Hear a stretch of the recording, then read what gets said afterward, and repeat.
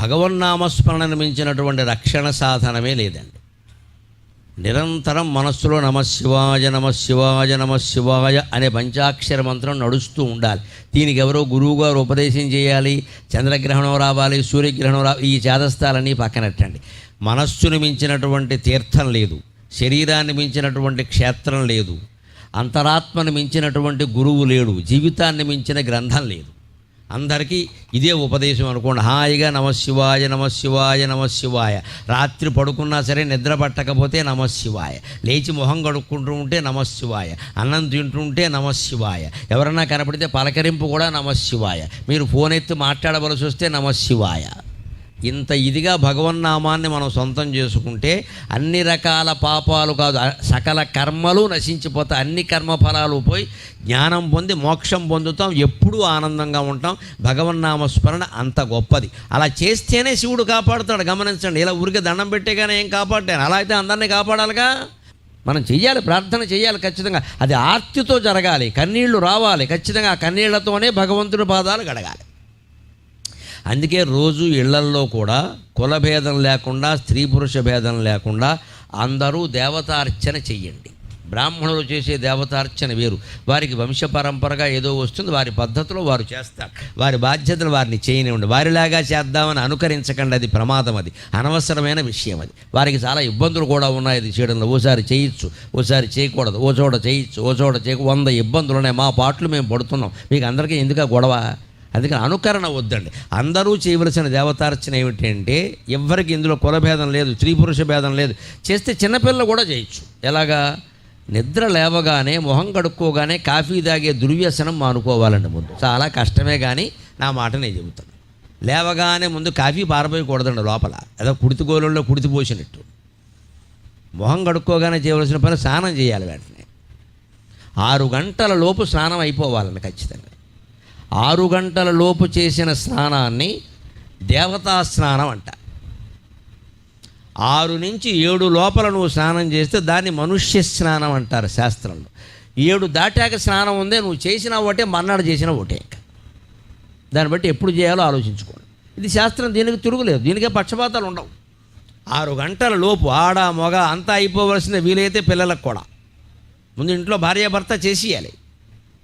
అత్తమామ ఎలాగో చేస్తారమ్మా, వాళ్ళ పాత్తరం వాళ్ళకి మనం చెప్పక్కల, కొత్త వాళ్ళకి చెప్పాల్సి వస్తుంది. వేళ 9 అయినా 10 అయినా అదే గుడ్డ అమ్మ, ఆలోచించండి. ఆ స్నానం చేయరా, ఏమీ లేదా. ముక్కోటి ఏకాదశి రాగానే మాత్రం గుళ్ళమే పడిపోతారు. రేపు పొద్దున్న చూసుకోండి మొత్తం. మళ్ళీ మర్నాడు వార్తలు చూడండి, తొక్కిసలాట్లో 4 మూర్తి. ఎందుకు వస్తున్నాయండి ఇవన్నీ? ఎందుకు అంతా? ఇది చేయవలసిన పని, రోజు చేయవలసింది మనం చేయమండి. ముక్కోటి ఏకాదశి రాగానే మొత్తం అందరు రికమెండేషన్, మొత్తం వెళ్ళి గుళ్ళో పడిపోవడం.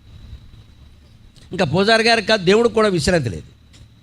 ఒక్క పండగ నాడు గుళ్ళో గడితే ఏదో అయిపోతుంది అనుకోవడమే తప్ప రోజు ఏం చేయాలో మనం ఆలోచించమండి. 6 గంటల లోపు స్నానం ముగిసిపోవాలి. 6 గంటల నుంచి 7 గంటల్లోగా వీలైతే గంట, లేకపోతే అరగంట, కనీసం పావు గంట. ఎన్ని రకాల రాజకీయాల కోసం, గొడవల కోసం, ఏదో చికాకుల కోసం, వాట్సాప్ల కోసం, ఫేస్బుక్ల కోసం, దిక్కుమాలిన వ్యవహారాల కోసం గంటలు కేటాయిస్తున్నామండి. భగవంతుడి కోసం అరగంట కేటాయించలేమా? ఆ స్నానం చేసిన తర్వాత ఏమీ తినకుండా ప్రాణం ఏం పోదండి. ఈలోపు పూజా మందిరంలోకి వెళ్ళిపోయి శివుడికి అభిషేకం చేస్తావా, ఓ పువ్వు పెట్టి దండం పెడతావా, ఏమీ చేయకపోతే ఇలాంటి దీపం ఒకటి పెట్టి ఒక నమస్కారం చేస్తావా, ఏదో ఒకటి చెయ్యాలమ్మా. ఆడ మగ అందరూ కూడా. ఆడాళ్ళు దీపం పెట్టగానే మగాళ్ళు అక్కడికి వెళ్ళి నమస్కారం చేసుకుంటే వాళ్ళు దీపం పెట్టినట్టే.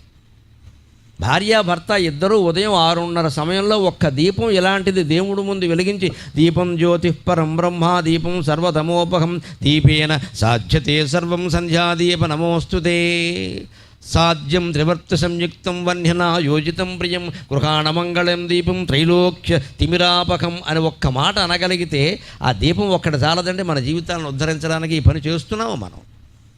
9 వరకు నిద్ర లేవకపోతే ఇంట్లో శుభాలు జరగమంటే ఎలా జరుగుతాయండి? అంటే 6 గంటల లోపు స్నానం అయిపోవాలంటే 5ంటికి లేవాలి ఖచ్చితంగా. అలా లేచి స్నానం చేసేసి అక్కడ శివుడి దగ్గర కూర్చున్నాక ఎలా ఉండాలి? అభిషేకం చేయి, ఓ పూజ చేయి, ఏదో ఒకటి పెట్టు. ఓ ఉద్దర నీళ్లు పోయలేవా శివలింగం మీద? దీనికి మట్టి లింగమా, బంగారు లింగమా, వెండి ఈ చేదస్తమే నేను తరచుగా ఏదో ఒక లింగం పెట్టక్కడ ముందు. మేము ముట్టుకోవచ్చా ముట్టుకోకూడదా? భగవంతుడిని ముట్టుకోకూడని వాడు ప్రపంచంలో ఎవడూ లేడు, భగవంతుడు ముట్టుకోని వాడు కూడా ప్రపంచంలో ఎవడూ లేడు. ఈ శంకలు దయచేసి వదిలిపెట్టండి. మేము ఆడాళ్ళమండి, మేము ఆ కులమండి, ఈ కులమండి, మేము దేవుణ్ణి శివలింగాన్ని హాయిగా ముట్టుకోవచ్చామా? ఏమి ఇబ్బంది లేదు. మీ ఇంట్లో, దేవాలయంలో కాదు. దేవాలయంలో నన్ను అడిగితే భగవంతుడిని ముట్టుకునే అధికారం కేవలం అర్చకుడికే ఉంటుంది, మన ఎవ్వరికీ ఉండదు. మనం గర్భగుడిలోకి వెళ్ళకూడదు. దేవాలయం అంతే, దాని పద్ధతి వేరు, అది సామాజికం. అక్కడికి వెళ్ళి మనమంతా శివుడిని ముద్దెట్టుకోకూడదు. అక్కడ గర్భగుడి యువతలే ఉండాలి, అర్చకుడు రమ్మంటేనే వెళ్ళాలి, అది కూడా తప్పనిసరి అయితేనే, లేకపోతే వెళ్ళకూడదు, యువతలే ఉండాలి. మన ఇంట్లో వేరండి, మట్టితో శుభ్రం కాల్పిస్తే కుండతో శివలింగం వస్తుంది, రాగితో వస్తుంది, వెండితో వస్తుంది, ఓపుకుంటే బంగారం కూడా పెట్టుకోవచ్చు. దాని మీద ఒక్క ఉద్ధరణ నీళ్లు పోయలేమండి. కాస్త కింద పెట్టిన పానవట్టం లాంటి పళ్ళెం ఉంటుంది, అది కాస్త నిండిన తర్వాత ఒక్క ఉద్ధరణ నీళ్లు మన చేతుల్లోకి తీసుకుని శివపాదర్చన పావనోదకము సంసేవింపకుండంగా నేనెవరేదిచ్చిన ముట్టనే దినము, శివపాదర్చన పావనోదకము సంసేవింపకుండంగా నేనెవరేదిచ్చిన ముట్టనే దినము, నన్నీ లోకమే రీతిగా అవమానించిన గౌరవించిన తదాఖ్యానంబులెల్లన్ ధృతిన్ శివపాదముల నర్పణ నంబొనరుతున్ శ్రీకంఠుడే సర్వమున్. నా తండ్రి నాకు చేసిన ఉపదేశం ప్రకారం, నా తల్లి నాకు చేసిన ఉపదేశం ప్రకారం 97 సంవత్సరంలో భీష్మ ఏకాదశి నాడు నేను నా ఇంట్లో శివపాదార్చన మొదలుపెట్టాను. మట్టితో చేసి కాల్చిన శివలింగం హాయిగా ఉండొచ్చు, ఇప్పటికీ మా ఇంట్లో ఉంది, మాకు సకల శుభాలు జరుగుతున్నాయి. ఇది కొండ గదండి, అది బండ గదండి, ఈ దరిద్రపు శంకలన్నీ వదిలిపెట్టాను. కాశీ నుంచి తెచ్చినంత మాత్రాన ఒరిగేది లేదు, కొండతో పెట్టినంత మాత్రాన పోయేది లేదమ్మా. మన భక్తి ప్రధానం. మనకు అసలు ముందు దేవుణ్ణి అర్చించడం అనేసరికి అనుమానాలు ఎక్కువ అభిమానం కంటే. ఇలా చేయించా, అలా చేయించా, మేం చేయించా, అన్నీ గొడవలే. ఇంకా అసలు మనం పనికిరాని వాళ్ళమని మనకే ఒక అభిప్రాయం. ఇంకా ఏ శాస్త్రం మనని కాపాడలేదండి. శాస్త్రాలు చాలా స్పష్టంగా ఏం చెబుతున్నాయంటే, నువ్వు బంగారంతో పెట్టావా, వెండితో పెట్టావా, రాగితో పెట్టావా, మట్టితో పెట్టావా, మాకు అనవసరమైన విషయం అయ్యా. నీ మనస్సు ఎక్కడ పెట్టావా, అది ముఖ్యం, అది ముఖ్యం. మన మనస్సు ఎక్కడ లేనప్పుడు, ఇంత సభ జరుగుతూ ఉంటే మనం ఫోన్కి వెలుగుతూ ఉన్నాం అనుకోండి, సభలో ఉండే ఉపయోగం ఏం లేదు. ఆ బయట ఉండే బండరా ఎంతో మనము అంతే. ఇక్కడ వినాలి అంటే ఫోన్ తీయకూడదు బయటికి, అసలు లేదు, బయటికి వెళ్ళిపోవాలి, ఒకటే లెక్క. దృష్టి దాని మీద ఉండి ఇక్కడ కూర్చుని ఊరికే ఇక్కడ కూర్చుంటే పుణ్యం వస్తుంది. ఈ పుణ్యాల కోసం వచ్చేవాళ్ళు ఎవరు రాకండి. నా ప్రవచనం చైతన్యం కోసం, పుణ్యం కోసం కాదు. మీ కాళ్ళ మీద మీరు నిలబడ్డానికి నా ప్రవచనం, కానీ నా కాళ్ళ మీద పడ్డం కోసం కాదండి. మీ కాళ్ళ మీద మీరు నిలబడాలి. మళ్ళీ ఏ సమస్య లేనంత ధైర్యాన్ని మాకు ఇచ్చారండి అని ఇక్కడ వాళ్ళు నాకు చెప్పాలి, ఇక్కడ వాళ్ళు నాకు చెప్పాలి. అది నాకు మనశ్శాంతి. పూర్తి దృష్టి దాని మీద ఉండాలి, భగవంతుని మీద ఉండాలంతే లెక్క. అలా ఉంటే ఎలా ఉంటుంది? ఆ 97 భీష్మ ఏకాదశి నాడు నేను ఆర్థికమైన ఇబ్బందుల్లో ఉన్నప్పుడు దేవతార్చన చేద్దామన్న తల్లిదండ్రుల ఉపదేశం ప్రకారమే మొదలుపెట్టా. ఆ రోజు నుంచి ఈ రోజు వరకు మళ్ళీ నాకు ఆర్థికమైన కానీ మానసికమైన కానీ ఇబ్బందులు నాకు తెలియవండి. పరమేశ్వరుడు దయ వల్ల. గర్వంతో చెప్పలేదు, మీకు నమ్మకం కలగడం కోసం చెబుతున్నా, మీకు నమ్మకం కలగడం కోసం చెబుతున్నా. పరమేశ్వరుణ్ణి ఆశ్రయించండి, పక్కింటి వాడిని పైవాడిని ఆశ్రయించకండి. ఆయన మొత్తం అంతటా వ్యాపించినటువంటి శక్తి. ఆ బాధ ఏదో ఆయనకే చెబుదామమ్మా, బంధువులకి మిత్రులకి చెప్పుకుంటూ ఏముంటుందండి? ఇంకాస్త ప్రచారం చేస్తారు, వాడు అప్పులు బాలయ్యట, ఎందుకు అవడో చేయకుండా పనులన్నీ చేశాడు. ఈ సాగతే దేనికి వచ్చిన గొడవ ఇది? మన ఆర్థిక బాధలు సహా, మానసిక బాధలు సహా బంధువులకు కానీ మిత్రులకు కానీ ఎవ్వరికి చెప్పొద్దండి. చెప్పవలసింది భగవంతుడు ఒక్కడికే. ఇంట్లో పూజా మందిరం చాలు. లేదు ఇంకా కొంచెం గట్టిగా నమ్మకం కావాలంటే ఏ గుళ్ళోకైనా వెళ్ళండి, అక్కడ దేవుడి దగ్గర నుంచి మొత్తుకోండి హాయిగా. 24 గంటల్లో సమాధానం దొరుకుతుందంటే నేను అనుభవించి చెబుతున్నా. ఆ వేళ నాకు అనిపించింది, ఈ శివపాదాలకు అభిషేకం చేసి శివలింగానికి ఆ ఉద్ధరణ నీళ్లు ఇలా తీసుకుని ఇలా నోట్లో స్వీకరిస్తూ ఉంటే ఆచమనం చేసినట్టుగా శివపాదర్చన పావనోదకము సంసేవింపకుండంగా నేనెవరేదిచ్చిన ముట్టనే దినము. ఆ రోజు నుంచి ఈ రోజు వరకు పొద్దున్న ఆ భగవత్పాదోదకము సేవించకుండా నేను కాఫీ కూడా తాగను, నేను టిఫిన్ కూడా తినను. 8:30కి నా అల్పాహారం కానీ కాఫీ కానీ. ఈలోపు దేవుడి పూజ వ్యవహారాలు అయిపోవలసిందే. రాత్రి ఎప్పుడో 8:30కి నేను 4 పళ్ళు, అరటిపళ్ళు, ఒక దానిమ్మ పండు తినిపోయి, ఇప్పుడు 2 గంటలు మాట్లాడినా రాత్రి నేను తినేది కేవలం పళ్ళే, ఇంకేం ఉండదండి. 11 ఏళ్ళు ఏంది నేను రాత్రి అన్నం తినడం, ఫలహారం కూడా మానేసి కేవలం ఫలాహారం, ఓ చిన్న అరటిపళ్ళు, గుళ్ళో ఉండే అరటిపళ్ళు 4 అరటిపళ్ళు, లేదా ఓ దానిమ్మ పండు, లేదా ఓ యాపిల్ పండు, ఏదో అంతే తిని పడుకోవడమే. బాగానే ఉన్నామండి, ఆరోగ్యంగానే ఉన్నాం, బ్రహ్మాండంగా పద్యాలు పడుతున్నాం.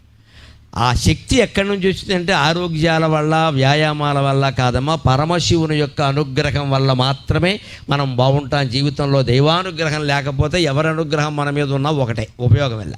దైవానుగ్రహం ఒక్కటి ఉంటే ఇంకెవరూ మన అనుగ్రహించకపోయినా మనకు వచ్చే నష్టమే లేదు. ఎవరేది ఇచ్చిన ముట్టనే దినము. ఆ రోజు ఎప్పుడో 97 భీష్మ ఏకాదశి నాడు మనస్సులో అనుకున్న ఈ అభిషేకానికి మనం కొన్ని ఏళ్లుగా అలవాటు పడ్డాం. అప్పటికే ఉంది కదా పూర్వం నుంచి అలవాటు పడ్డాం. ఇక నుంచి ఇది పూర్తి కాకుండా కాఫీ తాగొద్దు, టిఫిన్ చేయొద్దు, ఏమి పని ఉండని ఏం చేయని. అవసరమైతే 7ంటికే కాఫీ తాగి బయలుదేరాల్సిన పరిస్థితి ఉంటే 4ంటికే లేద్దాం, చేసేది ఏదో చేసేసుకుందాం, బయలుదేరాం. ఆ నియమం ఎప్పుడూ లేకపోతే నిష్ట కుదరదండి. మనకి నియమ నిష్టలు అంటారు, గమనించండి. ఆచారాలు నియమం ఉండాలి. నియమం ఎందుకంటే నిష్ట బాగుండాలి. భగవంతుడి మీద మనస్సు లగ్నం కావాలంటే నీకు నియమం ఉండాలి. పొద్దునే స్నానం చేయి, ఉతికిన బట్టలు కట్టుకో, ఓ చోట కూర్చో అని ఎందుకు చెబుతారు? సోఫాలో కూర్చుని కాళ్ళు అడ్డంగా పెట్టి ఫోన్ మాట్లాడుతూ దైవస్మరణ చేయలేం కదండి, సాధ్యం కాదు కదా. నియమం లేకపోతే నిష్ట కుదరదు. అదే స్నానం చేసాం అనుకోండి, ఉతికిన బట్టలు కట్టుకున్నాం అనుకోండి, మన ఇంట్లోనే ఓ మూల ఎక్కడో మనకి వీలైన చోట కూర్చున్నాం అనుకోండి, మనస్సు హాయిగా లగ్నం అవుతుంది. 100 పనులు చేస్తూ మనస్సు లగ్నం అవ్వాలంటే ఎలా అవుతుందండి? అప్పుడు ఎంత ధైర్యం వస్తుందంటే, ఎవరేది ఇచ్చిన ముట్టనే దినము నన్నీ లోకం ఏ రీతిగా అవమానించిన గౌరవించిన తదాఖ్యానంబులెల్లన్ శివపాదముల నర్పణం వనరుతున్. ఎవరు నన్ను అవమానించినా సరే, గౌరవించినా సరే, శివార్పణం శివార్పణం శివార్పణం. మీరు ఇందాక దండ వేశారు, శివార్పణం. ఎవడికో మన ప్రవచనం నచ్చలేదు, చెప్పేవలేవయ్యా అన్నాడు, శివార్పణం. వాడి సంగతి శివుడు చూసుకుంటాడు, నాకు అనవసరం. దండ వేసిన సంగతి వాడి సంగతి చూసుకుంటాడు, దండించిన వాడి సంగతి చూసుకుంటాడు. రెండూ మనవి కావు, మన కర్తవ్యం మనం చేస్తున్నాం అంతే లెక్క అనుకుంటే శ్రీకంఠుడే సర్వమున్. ఆ రకంగా భగవంతుడిని సర్వస్వంగా మనం భావించినట్టయితే ఏదైనా సాధి